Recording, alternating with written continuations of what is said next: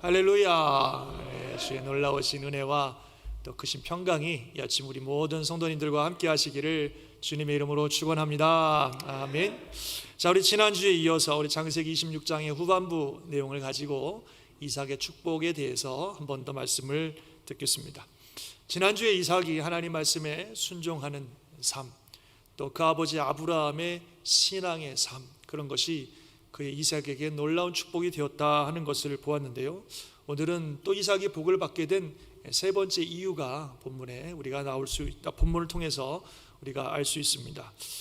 참 심각한 기근이 들고 너무나 살기 어려운 순간이었지만, 그래서 그 기근을 피해서 애굽으로 내려가려고 했지만 하나님께서 그곳에 머물러 있어라. 그래서 하나님 말씀에 순종함으로 이삭은 그랄 땅에 머물러 있었습니다.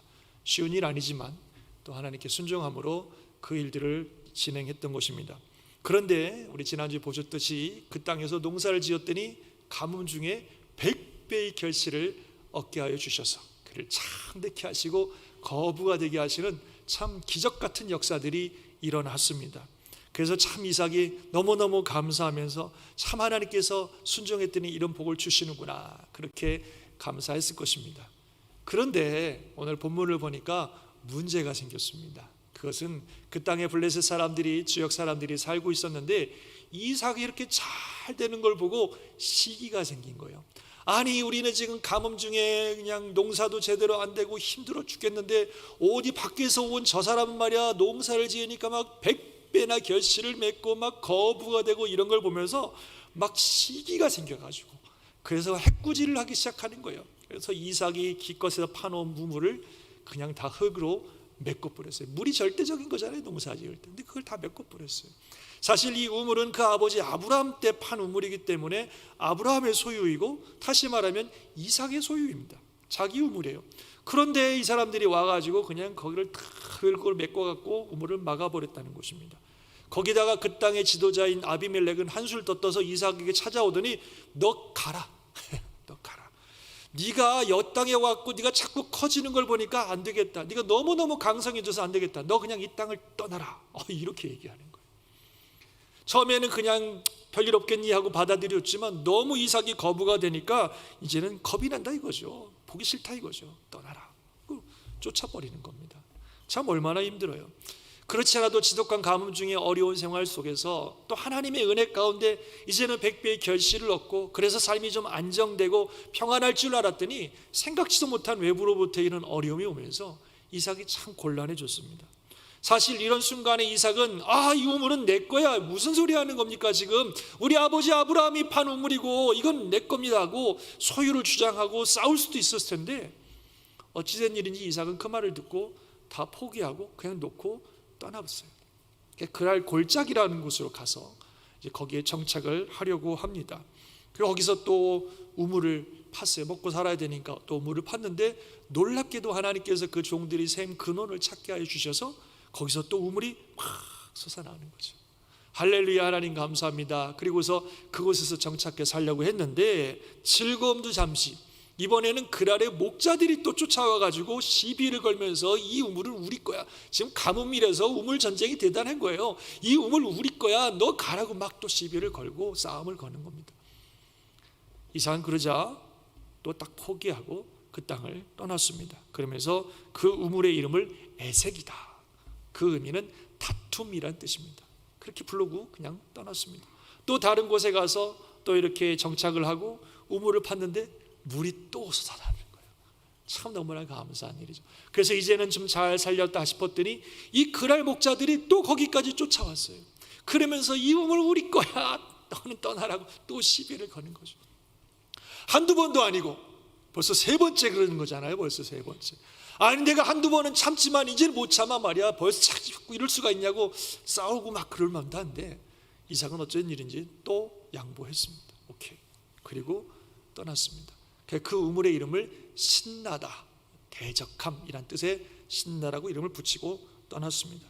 그리고 이젠 더 멀리 가서 아비멜렉의 종들이 자기들의 소유를 주장하지 못할 것 같은 그곳에 가서 정착을 하였습니다. 그리고 거기서 또 우물을 팠습니다. 그런데 우물에서 물이 또 솟아나는 거죠.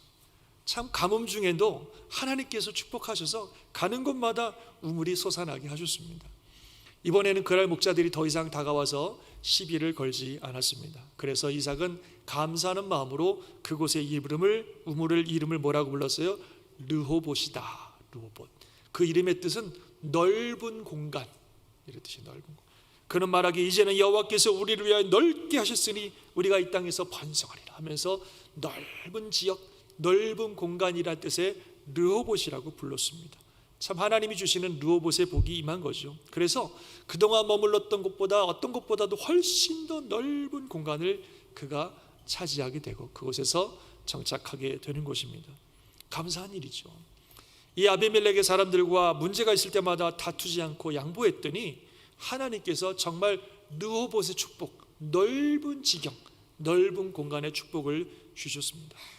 만약에 이삭이 그 우물을 뺏기지 않으려고 막 싸우고 그랬다면 그의 삶은 영적으로나 육신적으로 좁은 삶이 됐을 것입니다. 그가 차지하는 영역도 그 블레셋 사람들의 그 영토 속에서 그냥 한 부분을 차지하고서 조그만 부분을 차지하고 그것을 막 지키느라고 싸우고 그의 마음도 너무 좁아졌을 것이고 여러 가지 면에서 참 좁고 불편한 힘든 인생들을 살았을 것인데, 그러나 하나님이 주신 마음을 가지고 온유하게 양보하며 살았더니 하나님께서 더 크고 넓은 지역을, 르호봇의 축복을 주셨다는 것입니다. 육신적으로도 봐도 넓은 땅을 주셨고 마음에도 넉넉한 여유의 마음을 주시고 정말 영육 간의 넓은 은혜를 하나님께서 허락해 주셨던 것입니다. 그래서 르호봇의 축복을 그가 얻은 다음에 그는 또 이제 브엘세바로 자리를 옮겼습니다. 이 브엘세바는 그의 아버지 아브라함이 머물었던 그런 곳이죠. 그래서 거기서 하나님을 예배했더니 하나님께서 그 밤에 나타나셔서 이렇게 축복하시는 겁니다. 같이 한번 읽어볼까요? 나는 내 아버지 아브라함의 하나님이니 두려워하지 말라. 내 종 아브라함을 위하여 내가 너와 함께 있어 내게 복을 주어 내 자손이 번성하게 하리라. 지난주 주셨던 말씀처럼 네 아브라함을 위해서, 너의 아버지 아브라함을 위해서 내가 너와 함께 있을 것이고 내게 복을 주어서 너를 번성하게 하겠다 다시 한번 약속해 주셨습니다. 그리고 하나님의 뜻에 따라 순종했던 그 이삭의 삶에 대한 하나님의 놀라운 축복이라고 믿습니다. 그리고 또 생각지도 않은 놀라운 일이 또 생겼어요. 그는 이번에 아비멜렉이 그렇게 자기를 괴롭히고 쫓아내고 그랬던 아비멜렉이 친구와 군대 장관과 함께 찾아왔습니다. 아니 저 사람이 또 여기까지 왜 쫓아왔어? 또 나를 시비 걸려고 찾아왔나? 그랬더니 그게 아니라 왜 찾아왔어요? 화친하자고, 우리 서로 평화 조약 맺자고 찾아온 것입니다. 왜 갑자기 이렇게 마음이 바뀌었나 봤더니 그의 고백을 들어보니까 그들이 이르되 여호와께서 너와 함께 계심을 우리가 분명히 보았으므로 우리의 사이 곧 우리와 너 사이에 맹세하여 너와 계약을 맺으리라, 이렇게 얘기하는 거죠. 하나님을 믿지 않은 그 사람이 이삭의 삶을 보면서 와, 저 사람은 하나님이 함께 하시는 사람이구나 라는 것을 볼 수 있었다는 것입니다. 아니 하나님도 믿지 않는 사람이 어떻게 이삭의 삶 속에 여호와께서 함께 계시는 것을 볼 수 있었겠어요? 무엇보다도 가뭄 중에도 100배의 결실을 맺는 역사를 보면서, 또는 이삭이 그런 상황 속에서 다투지 아니하고 온유하게 양보하는 그런 아름다운 모습을 보면서, 또 그럼에도 불구하고 그가 가는 곳마다 우물이 터지는 모습을 보면서 저 사람은 보통 사람이 아니구나, 정말 하나님이 함께 하시는 사람이구나 라는 그런 생각에 어찌 보면 두려운 마음까지 생겼을 것이라 생각됩니다. 그래서 이제는 군대 장관과 친구를 다 대동해갖고 와가지고 자 우리 화친 맺자, 서로 침범하지 말자, 이렇게 그들이 요구하고 있는 거죠. 이삭이 얼마나 마음의 위로가 되고 기뻤겠어요. 그렇게 자기를 괴롭히고 쫓아다니더니 그 모든 우물을 뺏겼던 일들에 대해서 마음의 치유가 되고 회복이 되었을 거라 생각됩니다. 그리고 그들을 위해서 잔치를 벌여줘요. 이 아비멜렉이 와서 뭐라 그러냐면 우리는 너를 평안히 가게 했으니까 너와 나가 화친 맺자 그러거든요. 평안히 가게 하긴요, 맨날 쫓아내고 그렇게 괴롭혔는데 이제 와서 자기들이 이제는 좀 두려우니까 아 내가 너에게 잘해줬잖아. 여러분 어떤 상황인지 여러분도 경험해 보셨죠? 막 괴롭히더니 이제 상황이 바뀌니까 아 옛날에 내가 너 잘해줬잖아 막 이러는 것처럼 참 뻔뻔하게 와갖고 내가 너를 평안하게 보내줬으니 이제 우리 화친 맺자 이러는 거예요. 아니 당신이 옛날에 했던 거 생각해봐 뭐 이렇게 반응할 수도 있었겠지만 이상 그러지 않았어요. 잔치를 벌여줬어요. 넉넉한 마음으로 그들을 위하여 잔치를 베풀어주고 잘 먹이고 잘 대접하고 그들이 원하는 대로 서로 평화의 조약을 맺고 축복하면서 보내줬다는 거예요. 얼마나 참 넉넉한 모습입니까? 이렇게 해서 우물 때문에 빚어졌던 아비멜렉과 이삭과의 싸움에서 결국은 누가 이겼어요? 이삭이 이긴 줄 믿습니다. 이삭이 이겼어요. 처음에는 아비멜렉이 자기가 가지고 있는 힘으로 이삭을 몰아붙이고 말이죠. 이삭은 그런 상황 속에서 힘없이 당하는 것 같았지만 결국은 이삭이 이겼습니다. 하나님을 믿는 믿음 안에서, 하나님의 뜻에 순종하는 순종을 통해서, 특별히 하나님께서 원하시는 온유한 삶의 모습을 통해서 결국은 이삭이 이겼습니다. 그래서요, 이삭이 축복받은 세 번째 비결은 온유한 삶입니다. 하나님 말씀에 순종하는 모습, 또 그를 위해 기도해 주며 신앙의 모범이 되었던 그의 부모님들, 그리고 세 번째로는 온유한 성품과 삶. 이것이 하나님의 복이 그에게 임하게 했던 놀라운 뜻이라는 겁니다. 그래서 온유한 자가 승리하고, 온유한 자가 땅을 차지하고, 온유한 자가 복을 받습니다. 믿으시기 바랍니다. 한번 따라해 보실까요? 온유한 자가 승리하고, 온유한 자가 땅을 차지하고, 온유한 자가 복을 받는다. 이게 성경의 진리예요. 어찌 보면 세상의 가치와는 좀 다를 수 있겠지만 성경이 우리에게 가르쳐 주시는 것은 온유한 자가 승리하고, 온유한 자가 땅을 차지하고, 온유한 자가 복을 받습니다. 예수님이 말씀하셨어요. 온유한 자는 복이 있나니 그들이 땅을 기업으로 차지할 것이다 말씀하셨어요. 온유한 자가 승리하는 겁니다.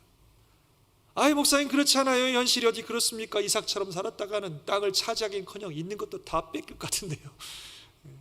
참 살벌한 이런 현실 속에 살면서, 호락호락하지 않은 이런 시대 속에 살면서 그렇게 양보하고 온유하게 살았다가는 정말 아무것도 남지 않을 것 같죠.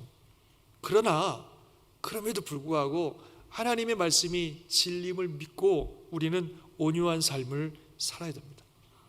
하나님께서 지켜주실 거예요. 사실요, 그리스도인들이 온유하지 않으면 덕이 안 됩니다. 그리스도인들이 그냥 조금이라도 뺏기지 않으려고 그냥 싸우고, 조금이라도 나에게 상해를 주고, 조금이라도 나를 침범하고, 조금이라도 나에게 손해를 주면 그냥 어떻게든지 그냥 싸워서 어떻게든지 이기고 어떻게든지 하려고 하는 그런 모습들을 가지고 산다면, 그래서 많은 사람들과 갈등 속에서 막 이렇게 살아간다면 그게 어디 하나님의 덕이, 영광이 되겠고 덕이 되겠습니까? 주님을 위해서, 하나님의 영광을 위해서, 하나님의 뜻을 위해서 우리는 온유한 자가 되어야 됩니다.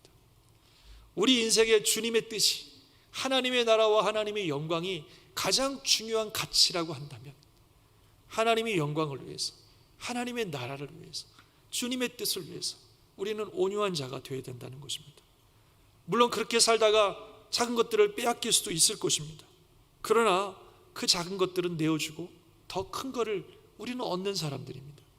우리 삶의 작은 것들을 내어주고 무엇을 얻냐면 하나님의 나라를 얻습니다. 하나님의 영광을 얻습니다. 그런데 주님 말씀하시기를 너희가 먼저 그의 나라와 그의 의를 위하여 그 영광을 위해 살면 모든 것들을 더해 주시겠다고 우리 주님 약속하신 줄 믿으시기 바랍니다. 그래서 지켜주실 거예요. 이삭이 우물을 빼앗기는 것 같은 아픔을 겪었지만 하나님이 주시는 마음을 가지고 하나님의 뜻을 위해서 그 온유함으로 대처하고 온유함으로 살았더니 결국 하나님께서 그 모든 것들을 다 회복시켜 주시고 이삭이 승리하게 하셨습니다. 이 하나님은 지금도 살아 역사하시는 하나님인 것을 믿으시기 바랍니다. 그래서 우리는 이 하나님 믿고 그렇게 살아야 돼요. 또 그것이 그리스도인의 모습입니다. 왜냐하면 예수님이 그렇게 사셨기 때문에 그렇습니다. 우리 인생의 목적 하나님의 영광이고 또 주님을 닮은 삶을 사는 것 아니겠어요? 근데 우리가 쫓아가고 닮기 원하는 예수님이 바로 그런 분이셨습니다. 하늘의 영광, 권세, 능력, 이 세상의 모든 것이 다 하나님 것인데, 예수님의 것인데 하나님의 뜻 때문에 이 땅에 오셨습니다. 그리고 이 땅에 사는 동안 주님은 다 양보하고 사셨어요. 여우도 굴이 있고 하늘에 나는 새도 머물 곳이 있다지만 그분은 머물 집도 없다고 말씀하신 만큼 참 모든 것들을 양보하고 사신 삶입니다. 그분은요, 명예도 다 뺏겼어요. 사람들이 예수님을 욕하고 치욕적인 모습으로 예수님을 죽였지만 그분은 그렇게 모든 명예를 다 빼앗겼어요. 그분은 자신의 육체를 지킬 권리도 빼앗겼어요. 사람들이 예수님을 끌고 다니면서 이리저리 끌고 다니면서 채찍질하고 때리고, 그래도 예수님은 다 당하셨어요. 심지어 예수님은 목숨을 지킬 만한 권리도 빼앗기셨어요. 사람들이 예수님을 불러다가 예수님을 다루다가 십자가에 못 박아 죽을 때 이사야 말씀처럼 마치 도살장으로 끌려가는 어린 양처럼 한마디 말도 하지 않으시고 그대로 끌려가셔서 죽으셨다는 것입니다. 모든 것들을 다 뺏기셨어요. 왜 그렇게 하셨습니까? 세상 권능과 모든 것들을 소유하신 그분께서, 전능하신 그분께서 왜 많은 것들을, 모든 것들을 다 이렇게 빼앗기셨습니까? 한 가지밖에 없어요. 하나님의 뜻을 위해서, 하나님의 영광을 위해서. 그렇게 해야 하나님의 뜻이 이루어지니까. 예수님이 겟세마네 동산에 있을 때 많은 군병들이 예수님을 잡으러 왔어요. 그러자 막 베드로가 칼을 빼갖고 어떻게 해보겠다고 그러니까 예수님 뭐라고 그러십니까? 베드로야, 내가 하늘에 12군단도 더 되는 영을 지금 당장 불러다가 저들을 다 진멸시킬 수 없을 줄 모르냐? 그러나 만약 내가 그렇게 하면 이 일이 이루어지리라고 말씀하신 하나님의 뜻이 어떻게 이루어지겠느냐? 그러니까 하나님의 뜻을 위해서 기꺼이 온유한 모습으로 당하셨어요. 다 뺏기셨다는 거죠. 그게 예수님의 모습입니다. 우리가 닮겠다고 말씀드리는, 우리가 쫓아가기를 원하는 예수님의 모습이 그런 모습이셨습니다. 세상 상식이나 논리는 말도 안 되는 거죠. 너무나 바보 같은 모습이죠. 그러나 예수님은 하나님의 나라와 영광을 위해서, 주의 뜻을 위해서 그렇게 하셨습니다. 그 결과 어떻게 되셨습니까? 너무 잘 아시죠? 우리 하나님께서 예수님을 죽음에 내버려 두지 않으시고 다시 살리시고 그를 하늘 보좌 우편에 다시 앉혀주셨습니다. 모든 것들을 다 회복하셨어요. 하나님의 귀한 복음의 뜻, 구속의 역사를 이루실 뿐만 아니라 예수님을 하늘 보좌 우편에 다시 앉히심으로 그분의 명예, 그분의 영광, 그분의 생명, 이 모든 것들을 다 회복시키셨습니다. 뿐만 아니라 모든 이름이 그 이름 앞에 무릎 꿇게 하시고 모든 이름, 모든 자가 그 입으로 예수 그리스도를 주라 시인하게 하시는 세상의 주로 만들어 주셨다는 겁니다. 하나님이 다 회복시켜 주셨어요. 우리 말씀 한번 같이 쭉 한번 읽어봅시다. 시작. 그는 근본 하나님의 본체시나 하나님과 동등됨을 취할 것으로 여기지 아니하시고 오히려 자기를 비워 종의 형체를 가지사 사람들과 같이 되셨고 사람의 모양으로 나타나사 자기를 낮추시고 죽기까지 복종하셨으니 곧 십자가에 죽으심이라. 이러므로 하나님이 그를 지극히 높여 모든 이름 위에 뛰어난 이름을 주사 하늘에 있는 자들과 땅에 있는 자들과 땅 아래에 있는 자들로 모든 무릎을 예수의 이름에 꿇게 하시고 모든 입으로 예수 그리스도를 주라 시인하여 하나님 아버지께 영광을 돌리게 하셨느니라. 아멘. 네. 하나님이 다 하셨다는 거예요. 예수님이 그렇게 사셨더니 하나님이 다 그렇게 만들어 주셨습니다. 그래서 그분을 따르는 우리도 예수님 같은 모습으로 살아가야 되는 것입니다. 나를 위해서가 아니라 주님을 위해서, 주님의 영광을 위해서 사는 우리들이라면, 하나님께서 원하신다면, 하나님의 뜻이라면, 주님의 영광을 위해서라면 온유한 자로 살아가야 됩니다. 물론 그렇다고 뭐 사람들이 원하는 대로 다 주라는 말씀이 아니라 어떤 환경과 상황 속에서 이것은 주님의 영광을 위해서, 주님의 뜻을 위해서 마땅히 내가 취해야 될 것이지만 양보해야 될 상황이라 양보하고 온유한 모습으로 나가는 거죠. 왜냐하면 우리 삶의 제1의 목적은 하나님의 영광이기 때문에 그 영광을 위해서 온유한 자로 살아가는 자들에게 하나님이 반드시 축복하시고 오히려 땅을 기업으로 얻게 하시며 승리하게 하실 것을 믿으시기 바랍니다. 온유한 자가 되야 됩니다. 특별히요, 교회 내에서는 더더욱 그렇습니다. 다른 데도 다 마찬가지지만 교회에서는 정말로 온유한 자가 되어야 됩니다. 교회 안에서는 자신의 권리와 또는 주장을 위해서 다투고 싸우는 것은 절대로 하나님의 뜻이 아닙니다. 그건 그리스도인의 삶의 모습이 아닙니다. 사도 바울은 교인들이 서로 분쟁하는 모습을 보면서 뭐라고 말하냐면 차라리 내가 손해보는 게 낫다, 그렇게 얘기해요. 너희가 피차 고발함으로 너희 가운데 이미 뚜렷한 허물이 있나니 차라리 불의를 당하는 것이 낫지 아니하며 차라리 속는 것이 낫지 아니하냐. 성도들 안에 분쟁과 다툼들이 얼마나 하나님의 영광을 가리우는 일인지를 보면서 차라리 그냥 내가 불의를 당하고 차라리 내가 속는 게 훨씬 더 하나님의 뜻에 맞는 거라는 겁니다. 그래서 교회에서는요, 절대로 다투지 마십시오. 절대로. 무조건 양보하시고 무조건 져주시기를 주의 이름으로 축원합니다. 아멘이 잘 안 되십니까? 다시 한번. 교회 안에서는요, 무조건 양보하시고 무조건 져주시기를 주의 이름으로 축원합니다. 네. 그렇게 마음 가지고 교회 생활 하시는 게 맞습니다. 교회 안에서는 나는 무조건 양보할 것이고 무조건 져줄 것이다. 절대로 강하고 이기기 힘든 사람 되지 마십시오. 그냥 온유하고 부드러운 사람이 되세요. 그게 예수님 닮은 모습입니다. 성도들은 교회 안에서 뿐만 아니라 세상도 마찬가지지만 온유해야 돼요. 부드러운 자가 돼야 돼요. 그게 예수님의 모습입니다. 앞에 말씀드렸듯이 예수님은 정말 온유한 삶을 사실 뿐만 아니라 자신이 온유하고 겸손하다고 그렇게 말씀하셨습니다. 너무 잘하시는 구절이 한 번 더 읽어봅시다. 시작. 나는 마음이 온유하고 겸손하니 나의 멍에를 메고 내게 배우라. 그리하면 너희 마음이 쉼을 얻으리니. 예수님이 마음이 온유하고 겸손한 분이고 우리 보고 그분을 배우라 그랬어요. 우리가 따라가야 될 모습은 예수님의 모습인데 그분은 정말 온유하고 겸손하신 분이십니다. 그래서 우리는 그분이 목적이에요. 그 겸손한 자가 되고 온유한 자가 됩니다. 그렇다고 여러분 내 주장도 하지 말고 그냥 열정도 없이 그냥 희밀희밀하게 그냥 이래도 흥 저래도 흥 그렇게 살라는 말씀이 아닙니다.